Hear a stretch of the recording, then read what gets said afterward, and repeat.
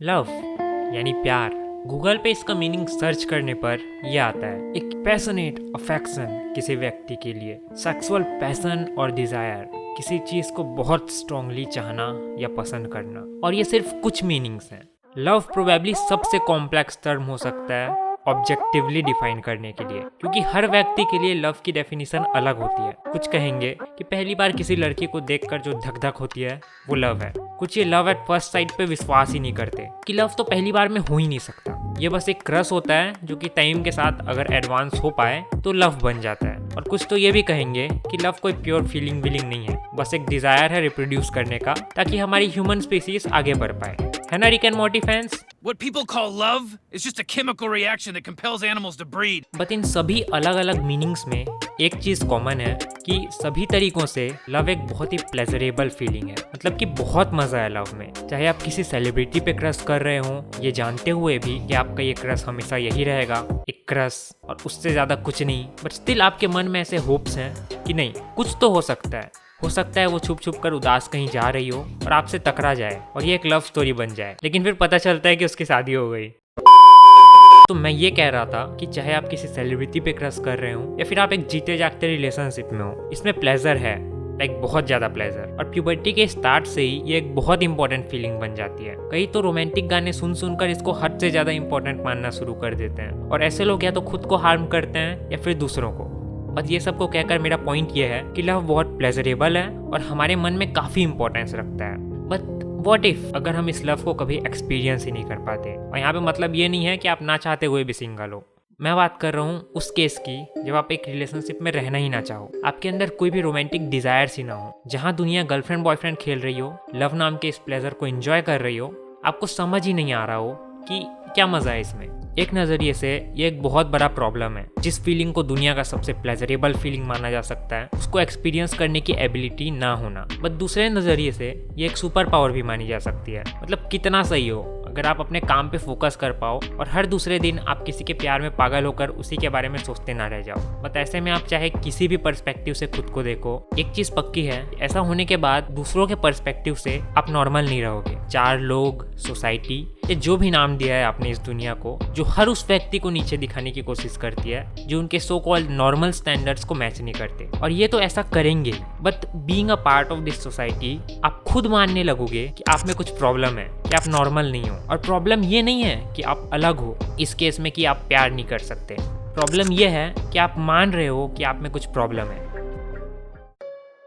मैंने रिसेंटली ही एक शॉर्ट मांगा पढ़ा जिसका इंग्लिश नेम है इस लव द आंसर। और इस कहानी की मेन कैरेक्टर चीका को ना तो रोमांस की बातें समझ आती हैं और ना ही फीलिंग्स। तो जहाँ उसके सभी दोस्त अपने क्रशेस, बॉयफ्रेंड्स के बारे में बात कर रहे होते हैं, उसे लगता है कि वह एक एलियन है जो एक अलग ही प्लेनेट से उनकी बातें सुन रही है। और ये सब चीका के माइंड में बने एक नॉर्मल गर्ल के इमेज से बिल्कुल मैच नहीं कर रहा था। और ये इमेज बना कैसा था? बाकी लोगों को देखकर, उसके सभी दोस्तों को देखकर। उसके हिसाब से एक नॉर्मल लड़की को प्यार होता है और वो इंटरेस्टेड होती है रोमांस में, जैसे चीका के बाकी दोस्त थे।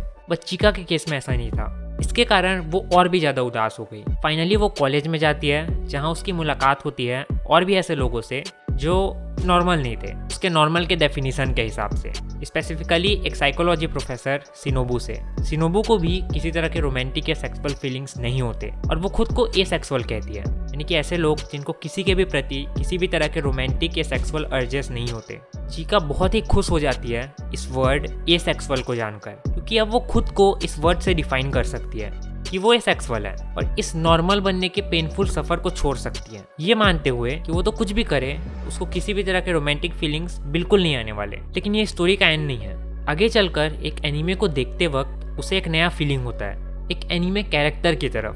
बट क्या ये एक रोमांटिक फीलिंग था? मे बी नॉट, बट हो भी सकता है। लेकिन अब चीका परेशान, उसने तो मान लिया था कि वो एसेक्सुअल है, उसे रोमांटिक फीलिंग्स होंगे ही नहीं। बट अब क्या हो रहा है? वो एसेक्सुअल है कि नहीं? क्या उसे फिर से नॉर्मल बनने की रेस में भागना पड़ेगा? इन सवालों का जवाब जानने के लिए चीका इससे रिलेटेड बुक्स पढ़ना स्टार्ट कर देती है, जहां उसे पता चलता है कि एसेक्सुअलिटी के भी कितने वेरिएशंस हैं। लाइक कुछ एसेक्सुअल्स को बिल्कुल रोमांस से मतलब नहीं होता, लेकिन कुछ के अंदर रोमांटिक फीलिंग्स तो आती हैं पर सेक्सुअल नहीं। इसके अलावा और कितने तरह के सेक्सुअल ओरिएंटेशंस होते हैं, जैसे कि डेमी सेक्सुअल, जिसमें एक स्ट्रॉन्ग इमोशनल बॉन्ड बनने के बाद ही सेक्सुअल डिजायर्स आते हैं। इतनी सब जानकारी प्रोसेस करने के बाद चीका फाइनली ये डिसाइड करती है कि वो खुद को एसेक्सुअल मानती है। ज़रूरी नहीं है कि वो सच में एसेक्सुअल है, बट अभी के लिए वो वैसा मानती है। और साथ ही अगर वो इस एसेक्सुअल टर्म के डेफिनेशन से कुछ अलग भी करती है, जैसे कि एक एनिमे कैरेक्टर पे क्रश होना, तो क्या प्रॉब्लम है? उसे ये रियलाइज़ होता है कि हर व्यक्ति बहुत ही यूनिक होता है। असल में ये टर्म्स इनफ ही नहीं है किसी भी व्यक्ति को डिफाइन करने के लिए, तो उसे इन सब डेफिनेशंस में फंसने की कोई ज़रूरत नहीं है, चाहे वो एसेक्सुअल हो या ना हो। It's perfectly normal. और उसका ये समझना बहुत ही ज़्यादा इंपॉर्टेंट था, क्योंकि आखिर में ये सबसे इंपॉर्टेंट नहीं है कि बाकी लोग उसके बारे में क्या सोचते हैं। The thing that matters the most is वो खुद के बारे में क्या सोचती है। चीका की ये कहानी सिर्फ उसके खुद को पहचानने की नहीं है, ये कहानी है एक ऐसी लड़की की जो बाकी लोगों को देखकर बनाए गए एक नॉर्मल गर्ल के स्टैंडर्ड्स में हमेशा फिट होना चाहती थी। बचपन में भी चीका को एक एनीमे बहुत पसंद था, बट जब वो बड़ी हुई उसके दोस्त ने कहा कि इसको इस एज पे देखना नॉर्मल नहीं है, मत देख इसको, तो उसने देखना छोड़ दिया। ये कहानी है चीका की ये फाइनली रियलाइज़ करने की कि उसका नॉर्मल वो खुद डिसाइड कर सकती है। उसे ज़रूरत नहीं है किसी और के द्वारा सेट किए गए नॉर्मल स्टैंडर्ड्स की, अगर वो उनसे खुश नहीं है तो। और इसके बाद अगर कोई एक्शन उसे अपने नॉर्मल के हिसाब से सही नहीं लगता, देन उसे वो करने की कोई ज़रूरत नहीं है। मतलब कि उसे प्यार करने की कोई ज़रूरत नहीं है if love doesn't feel like the answer for her. इस मांगा से आप कई चीज़ें सीख सकते हो, बट मेरे हिसाब से एक इम्पॉर्टेंट चीज़ ये है कि आप दूसरों की सोच को कंट्रोल नहीं कर सकते। दूसरे आपको एक्सेप्ट करेंगे कि नहीं, ये आप कंट्रोल नहीं कर सकते। The only thing you can control is आप खुद के बारे में क्या सोचते हो। एंड फॉर्चुनेटली यही सबसे इम्पॉर्टेंट है, क्योंकि आखिर में जिस व्यक्ति के साथ आप सबसे ज़्यादा टाइम बिताने वाले हो, जो व्यक्ति आपके हर मोमेंट में आपके साथ होने वाला है, वो आपके ही अंदर है, वो आप ही हो। तो किसी और को ढूंढने से पहले खुद को प्यार करना सीखो, और उसके बाद अगर वो किसी और नहीं भी मिलता तो वो केयर्स ना, आपके पास ऑलरेडी दुनिया का सबसे बेस्ट पार्टनर है।